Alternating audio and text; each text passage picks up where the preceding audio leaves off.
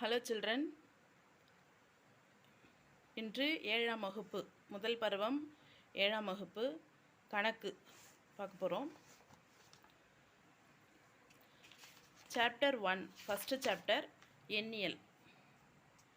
எண்ணியல் first chapterல முழுக்களின் கூட்டல் மற்றும் கழித்தல் தெரிஞ்சுக்க போகிறோம். கூட்டல் மற்றும் கழித்தல் என்றதுக்கு முன்னாடி முழுக்கள்னா என்ன அப்படின்னு ஃபஸ்ட்டு தெரிஞ்சுக்கணும். நமக்கு கணிதம்னாலே அதில் எண்கள் என்னென்ன எண்கள் என்ற சாப்டரில் நம்ம பார்த்துருப்போம். இயல் எண்கள், முழு எண்கள், முழுக்கள், விகிதமுறு எண்கள், இந்த மாதிரி எண்கள் எல்லாமே நம்ம கணிதத்தில் படிச்சிருக்கோம். இன்றைக்கி நாம் பார்க்க போகிறது இந்த முழுக்களில் கூட்டல் பார்க்க போகிறோம். ஜஸ்ட் அந்த பாயிண்ட்டை மட்டும் நல்லா தெரிஞ்சுக்கிட்டோம்னா ஈஸியாக நம்ம கணக்கு போட்டுடலாம். இந்த முழுக்களில் கூட்டல் என்றது நமக்கு லைஃப் லாங் எல்லா இதுலேயுமே வரும். நம்ம மேற்படிப்பு எந்த படிப்பு படித்தாலுமே நமக்கு இந்த முழுக்களில் கூட்டல் கழித்தல் தெரிஞ்சிருக்கணும். முழுக்களில் கூட்டல் கழித்தல் தெரிஞ்சிருக்கணும்னா ஃபஸ்ட்டு முழுக்கள் என்னன்னு ஒரு கிளான்ஸ் பார்த்துருவோம். இது நம்பர் லைன். நம்பர் லைனில் சென்டரில் 0 அப்படின்ற நம்பர் இருக்குது. வலது பக்கம் போக போக 1 2 3 4 5 6 அப்படி நம்பர் போயிட்டுருக்கு.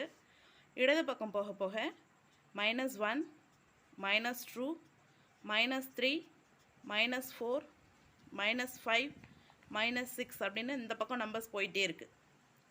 இதில் நம்ம தெரிஞ்சுக்க வேண்டிய விஷயம் என்னென்னா, 0க்கு அடுத்து வலது பக்கம் போகிறதெல்லாம் பாசிட்டிவ் நம்பர்ஸ். பாசிட்டிவ் நம்பர்ஸ் அப்படி இல்லைனா மிகை முழுக்கள் அப்படின்னு சொல்லுவாங்க. இடது பக்கம் வரதெல்லாம் வலது பக்கம் போகிறதெல்லாம் பாசிட்டிவ், இடது பக்கம் வரதெல்லாம் நெகட்டிவ். நெகட்டிவ் அல்லது குறை எண்கள், குறை முழுக்கள் அப்படின்னு சொல்லுவாங்க. என்ன வித்தியாசம் அப்படின்னா, இந்த எண்களுக்கு முன்னாடி ப்ளஸ் போட்டு எழுதுவாங்க, அல்லது ப்ளஸ் போடாமல் சும்மாவே 1 2 3 4 5 கூட எழுதினாலுமே அந்த எண் பாசிட்டிவ் எண்ணுன்னு தான் அர்த்தம். ஆனால் நெகட்டிவ் எண்ணுன்னா, குறை எண் அப்படின்னா அந்த எண்ணுக்கு முன்னாடி மைனஸ் சைன் போட்டிருப்பாங்க. -1 அப்படி தான் அதை படிக்கணும், -2 அப்படி தான் படிக்கணும், -3 -4 -5 -6 அப்படி தான் அந்த எண்ணை படிக்கணும். அதுவே மிகை முழுக்கள்னா 1 2 3 4 5 6 அப்படியும் சொல்லலாம், +1 +2 +3 +4 அப்படியும் சொல்லலாம். ஸோ சென்டரில் 0 இருக்குது. இன்னொரு பாயிண்ட் என்ன தெரிஞ்சுக்கணும்னா, இங்கேருந்து ஸ்டார்ட் பண்ணி ரைட் சைட் போக போக அந்த எண்களோட மதிப்பு அதிகமாக தான் இருக்கும். இப்போ 1 இருக்குன்னா 1 விட 2 பெருசு, 2 விட 3 பெருசு, 3 விட 4 பெருசு, 4 விட 5 பெருசு, 5 விட 6 பெருசு. அந்த மாதிரி வலது பக்கம் போக போக எண் மதிப்பு கூடிக்கொண்டே போகும். ஆனால் நெகட்டிவ் எண்களை பொறுத்த வரைக்கும் இடது பக்கம் போக போக எண் மதிப்பு குறைந்து கொண்டே போகும். அதாவது இப்போ -1 இருக்குன்னா -1க்கு அடுத்தது -2, -2 -1 விட சின்னது. அதே மாதிரி -2க்கு அடுத்தது -3 இருக்குது. -2 விட -3 சின்னது, -3 விட -4 சின்னது, -4 விட -5 சின்னது. அப்போ இந்த வரிசையிலே பெரிய எண் எதுனா -1 தான் பெருசு. இது ஸ்டார்டிங்கில் உங்களுக்கு கொஞ்சம் கன்ஃபியூஷனாக இருந்தாலும் நாளடைவில் கணக்குகள் போடப்பட உங்களுக்கு தெளிவாயிடும். ஸோ குறை எண்கள், குறை முழுக்கள் சைடு இடது பக்கம் போக போக எண் மதிப்பு குறைந்து கொண்டே போகும். இதுக்கடுத்து இது ரொம்ப சின்னது, இதுக்கடுத்து இது சின்னது, இதுக்கடுத்து இது சின்னது, இதுக்கடுத்து இது சின்னது, இதுக்கடுத்து இது சின்னது. அந்த மாதிரி மைனஸ் சைடு பக்கம் எண்கள் போக போக குறைந்து கொண்டே போகும் மதிப்பு. ஆனால் பாசிட்டிவ் முழுக்கள் பக்கம் வலது பக்கம் போக போக எண் மதிப்பு அதிகமாயிட்டே போகும். சரியா? இதுதான் நம்ம முழுக்களில் தெரிஞ்சுக்க வேண்டியது. இப்போ அடுத்து ஒரு இம்பார்ட்டன்ட் பாயிண்ட் என்னென்னா, ஜென்ரலாக இப்போ கணிதம்னாலே எண்கள்னாலே நான் சும்மா ஒரு நம்பர் எழுதுகிறேன். இப்போ 45ன்னு எழுதுகிறேன். 45ன்னு எழுதுகிறனாலே அது மிகை எண் தான். இதுக்கு முன்னாடி பாசிட்டிவ் இருக்கிறதா அர்த்தம். அது போட்டால் தான் அது ப்ளஸ் நம்பர் அப்படின்னு கிடையாது. ஒரு நம்பரை எழுதினாலே அது ப்ளஸ் நம்பர் தான். இது முன்னாடி இப்படி ஒரு கோடு போட்டோன்னு வச்சுக்கோங்களேன், அப்போது அது -45. அந்த எண் ஒரு குறை முழு. -45 இது ஒரு குறைமுழு. இதுக்கு முன்னாடி நான் எதுவுமே போடலை. வெறும் 45னா மிகை முழு பாசிட்டிவ் நம்பர். இந்த சிம்பிளை போட்டால் அது குறைமுழு நெகட்டிவ் நம்பர் -45ன்னு அர்த்தம். அந்த பாசிட்டிவ் நம்பர் என்னும்போது ப்ளஸ் போட்டும் இருக்கலாம் போடாமலும் இருக்கலாம். சும்மா ஒரு நம்பரை எழுதினாலே அந்த நம்பர் வந்து ப்ளஸ் நம்பர் தான். இது ஒரு விஷயம் தெரிஞ்சுக்கணும். அடுத்தது முழுக்களில் கூட்டல். முழுக்களில் கூட்டல்னா நாம் ஃபஸ்ட்டு செய்ய வேண்டியது குறியை மட்டும்தான் பார்க்கணும். முழுக்களில் கூட்டல் செய்ய போகிறோம். அதுக்கு ஒரு இந்த ஸ்டெப் பை ஸ்டெப் நீங்கள் ஞாபகம் வச்சுக்கிட்டிங்கன்னா ரொம்ப ரொம்ப சிம்பிள். இதுக்கு ஏன் இவ்வளோ இம்பார்ட்டன்ஸ்னால், ஒரு ஆப்டிடியூட் டெஸ்ட் எழுதுறீங்க, ஒரு வந்து மென்டல் எபிலிட்டி எழுதுறீங்க, ஒரு ஜென்ரலாக ஒரு டெஸ்ட் எழுதுறீங்க, ஒரு நார்மல் ஒரு விஏஓ டெஸ்ட் எழுதணுன்னா கூட இந்த மாதிரி கூட்டல் கழித்தல் அதில் கண்டிப்பாக ஒரு கொஷினாவது இருக்கும். அந்த மாதிரி இருக்கும்போது பெரும்பாலான கணக்குகள் வந்து பரீட்சையில் எதில் மிஸ்டேக் வரும்னா அந்த குறியில் தான் மிஸ்டேக் வரும். ப்ளஸ்ஸா மைனஸா அதை பார்க்காத விடுறதால தான் கணக்கு. ஸோ முழுக்களில் கூட்டல் மற்றும் முழுக்களில் கழித்தலை பொறுத்த வரைக்கும் குறின்றது ரொம்ப ரொம்ப முக்கியம்.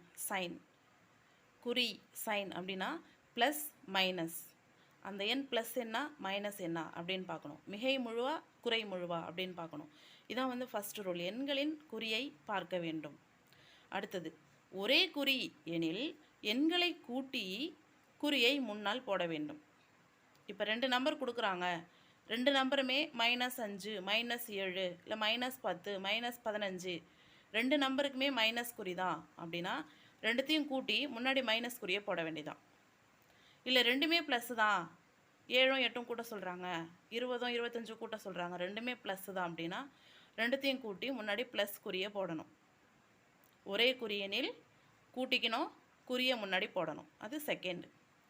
வேறு வேறு குறி, அதாவது ஒரு எண் ப்ளஸ்ஸாக இருக்குது ஒரு எண் மைனஸாக இருக்குது அப்படின்னா அது ரெண்டில் எது பெரிய நம்பரோ பெரிய நம்பர்லேருந்து சின்ன நம்பரை கழிச்சிட்டு அந்த பெரிய நம்பருக்கு முன்னாடி ப்ளஸ் இருக்கா மைனஸ் இருக்கான்னு பார்த்து அதை தான் வந்து ஆன்சரில் போடணும். இது 3 தான் ஸ்டெப்பு. ஃபஸ்ட்டு ஸ்டெப்பு இது கண்டிப்பாக செய்ய போகிறோம். இதை பார்த்த பிறகு இதுவா இல்லை இதுவா, இது ரெண்டில் ஏதாவது ஒன்று டிசைட் பண்ணி தான் ஆன்சர் செய்ய போகிறோம். ஸோ இதை ஒரு 2 சம் செஞ்சாலே நமக்கு ஈஸியாக புரிஞ்சிடும். ஃபார் எக்ஸாம்பிள் 7 - 10 முழுக்களில் கூட்டல், இந்த எண்களை கூட்டுக அப்படின்னு கொடுக்குறாங்க. என்ன செய்யணும், நம்ம எண்களின் குறியை பார்க்க வேண்டும். எண்களின் குறியை பார்க்குறோம். இந்த எண்ணோட குறி வந்து மைனஸ், இந்த எண்ணோட குறி என்ன ப்ளஸ்ஸு. அதை போட்டு தான் தெரிஞ்சுக்கணுமா? இல்லை, போடாமல் இருந்தால் கூட அந்த எண் ப்ளஸ் எண்ணு தான். ஸோ இது +7 - 10. இதுக்கு ப்ளஸ் குறி, இதுக்கு மைனஸ் குறி வேறு வேறு இருக்குது. அப்போ இது ஒரே குறி இது வராது, வெவ்வேறு குறி இதுதான் வரும். வெவ்வேறு குறி எண்ணில் பெரிய எண்ணிலிருந்து சிறிய எண்ணை கழிக்கணும் அப்படின்னு கொடுத்துருக்காங்க. அப்போ இது ரெண்டில் எது பெரிய எண்? 10. 10லேருந்து 7 கழித்தோம்னா என்ன வரும்? 3. பெரிய எண்ணிலிருந்து சிறிய எண்ணை கழித்து பெரிய எண்ணின் குறியை போட வேண்டும். பெரிய எண்ணோட குறி என்ன? மைனஸ். ஸோ ஆன்சர் என்ன? -3. இன்னொரு கணக்கு பார்க்கலாம். ஃபார் எக்ஸாம்பிள் -3 -11 இந்த எண்களை கூட்டுக அப்படின்னு கொடுக்குறாங்க. முதல் ரூல் என்ன? எண்களின் குறியை பார்க்க வேண்டும். பார்த்தாச்சா?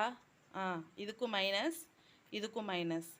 -3 -11 இது ரெண்டும் ஒரே குறியா வேறு வேறு குறியா?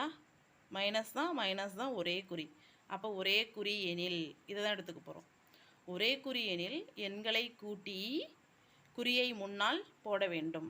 ரெண்டையும் கூட்டுறோம், குறியை முன்னாடி போட்டுக்க போகிறோம். ரெண்டுமே மைனஸ் தான், மைனஸ் போட்டாச்சு.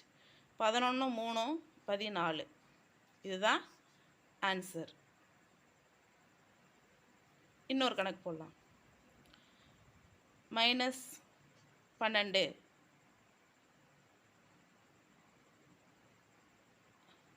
14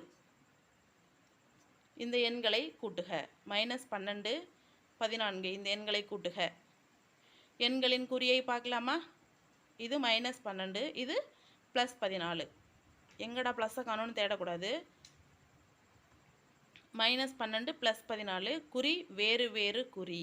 வேறு வேறு குறினா இங்கே என்ன இருக்குது? வெவ்வேறு குறினா பெரிய எண்லேருந்து சின்ன எண்ணை கழிக்கணும், பெரிய எண்ணோட குறியை போடணும். ஸோ இது ரெண்டில் எது பெருசு? 14 தான் பெருசு. 14ல் 12 போச்சுன்னா 2. பெரிய எண்லேருந்து சின்ன எண்ணை கழிச்சாச்சு. பெரிய எண்ணோட குறி என்ன? ப்ளஸ்ஸு. அப்போ இங்கே ப்ளஸ்ஸு போடலாம், போடாமலும் இருக்கலாம், நம்ம இஷ்டம்தான். போடலைனாலும் அது +2 தான். ஸோ இதுதான் வந்து ஆன்சர். இப்போ புக்கில் 2-3 எக்ஸாம்பிள்ஸ் கொடுத்துருக்காங்க.